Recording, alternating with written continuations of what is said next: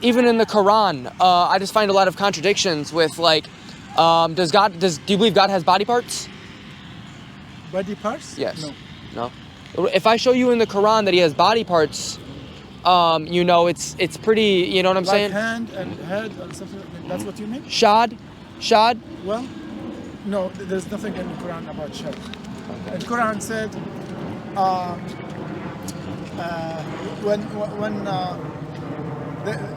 listen, I'm trying to explain to you, there is a sentences in the old people, they use that when something happened like a war, something hard, they said, you can see the shed, you know what I mean? If someone like very hard situation, or you know, like fighting or war or something like that. But in Quran, never said God will put his shed in the hell. Never. He said you will see the shed, but he didn't say the shed of God. Okay, so in Quran 68:42, okay, he said, he does say there's shad, there's a shin foot, that Allah has a shad. Shin foot. Did you say Allah has a shed? Yes. Allah has a shed, that's a shin foot. Quran 68:42. We'll pull it up. I read that a lot of times in Arabic. It's never said that. Beware of the day that the shin of Allah be bared, and the wicked will be asked to prostrate. They will not be able to do so. يوم يكشف عن ساق. That didn't say Allah will discover his shed. He said, you will see a shed. You will see, but he didn't say that. God, who translate that? He translated that in the wrong way. He didn't know Arabic very well. This word yukshaf, sometimes we read it yakshif. If he said yakshif, you are correct. But he said yukshaf. This is different. This is something here, change the meaning. So you're telling me that the Quran website is wrong? No. This Arabic correct, but the translation is wrong. The translation is wrong. To English is wrong. Believe me. Just go ahead and search. Okay. Yeah. I'll tell you what. I know this since I was a kid, you know. Okay. So God said, you will see. Someone will discover the shed. He didn't say me. I got you. Yeah. Now, do you believe that? Do you believe in hadith? Yeah. Not all hadith. Some of the hadith are good. Some of hadiths are good. Okay. So, do you believe Allah has eyes? He didn't say Allah has eyes. He said he can see. He can see. Yeah, in the Quran it says he has eyes. Where? We know. Where? Okay. Quran 52:48. So be patient with your Lord's decree, for you are truly under our watchful eyes, and glorify the praise of your Lord when you rise. This translation is very bad, man. Oh, come on, man. I swear to God. It said, okay, واصبر لحكم ربك فإنك بأعيننا. He said, yeah, you are in my eyes. God said to the prophet, some prophet, I think Noah, someone, he said, you are in my eyes. That means I'm taking care of you. In Arabic, when I said you are in my eye, doesn't mean that you are in my eye, really, physically. That means you are in my spirit, you are in my heart. I will take care of you. Okay. So you need to have something about the history. I got you. So if someone just try to explain or translate the same words, you're gonna get mistakes. I hear you. Even in Bible, there's too many words. You don't use this right now. No one uses this right now. It's a very old word. You know what I mean?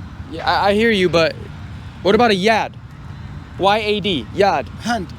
Does God have a hand?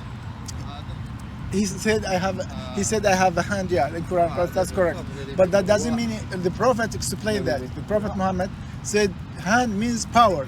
Now if I wanna touch you or pull you, that's mean power.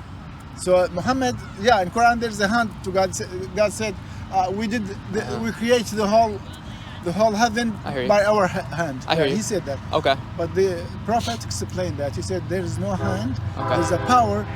God used hand instead of power. Okay. Now is that just an interpretation, or is that actually, Hadith. Or do we take it literal for what it says? Hadith. That's hadith. Hadith. Okay. So you said you don't believe all hadith though, right? No, I said some of them are correct, some of them are not. So who determines whether or not they're correct or not? The scientists, the early Muslim scientists. Okay. I don't believe there's any parts for God. There is no face for God. There is no hand. There is no eyes. There is no shed. There is nothing. But this is the language to explain to us. Okay. There is no way You need to use our language to explain for us. I hear you. I'm just going based off of the Quranic sites and what other people's interpretations of it are.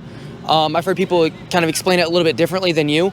So it's all a matter of interpretation, I guess we could say. Just like a lot of things for the Bible, people misinterpret things. I understand that aspect of things. I'm just bringing it up. I'm curious. Okay, let me explain you something. Yeah.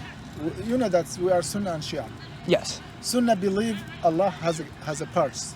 Sunnah, the whole majority of Muslims, they believe Allah has eyes, hands, shed, and leg, and everything. But in Shia, they don't believe. You're Shia? I'm Shia. Okay. So my father is as well. My brother's extreme Sunni though. Yeah, so we don't believe in that. I got you. Yeah. Okay. Now, here's the thing, and this is actually my biggest issue with the Quran, is that in the Surah 543 to 47, it says, "Go to the Injil for light and confirmation to the truth, and let the Christian judge by the Injil, let the Jew judge by the Torah." Do you know what the Injil is? Yes. It's the Gospels, right? And I know most of the arguments of Muslims, they tell me, well, your Gospel's been corrupted. But the issue with that is that in the Quran, we never see that the Injil's been corrupted, and it affirms the Injil that we have as Christians, Mark, Matthew, Luke, and John, the Gospel of Jesus Christ, the revelation of Jesus. And in the Gospels, in John chapter 8, verse 58, like I told you earlier, Jesus claimed to be God when he said, "Before Abraham, I am. And Abraham rejoiced to see my day." Also in John 10:36, Jesus claimed to be the Son of God. In John 10:30, he said, "I and my Father are one." In John 10:28, he literally said, "I can give you eternal life." So my thing is when I look in the Gospels, my whole point is that it's clearly defined to me that Jesus is God when he defined himself. And remember, when he said this, it was 600 years before the Quran was written. And throughout a 1500-year period, they were waiting on a Messiah, the Jewish people were. So all I'm saying is that when this Messiah came, he said certain things, and when I read them and I compare it to what the Quran is, and the history of how the Quran came about, and how it was composed together, and who said it, to all these other men that are aligning to one major truth. That the Messiah came, that he was God in the flesh, he was God with us, as the angel Gabriel claimed to Mary, right? That you'll have a son name him Emmanuel, God with us. He's the tabernacle of the Father. And then he comes and lives his life, and he's claiming that. And his disciples who watched him do everything that he did, and these are the men that wrote down these manuscripts, we know that they also died for what they seen.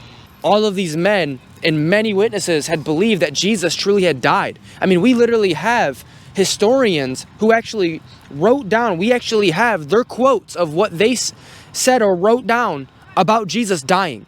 In the Quran, we know it does not teach that Jesus ever died. If you guys believed he was exchanged and that Allah received him up into heaven, he never died, right?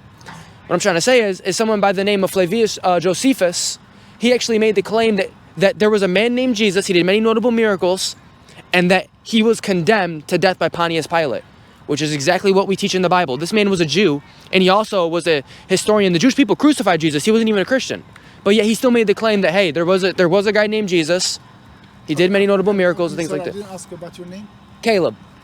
When you were in Lebanon, was it the same name? I was never in Lebanon. My grandpa and grandma were in Lebanon in Bin Shabil, but they came over here, and my father was the first generation born into America. Your name again, Caleb. Caleb. Yep. Caleb. I'm not sure if you work with the with the church. Do you work with the church? I have a church, but I'm really just, I just have a conviction deep within me to share the gospel with people. Believe me, I like you. You look good person. You look nice guy.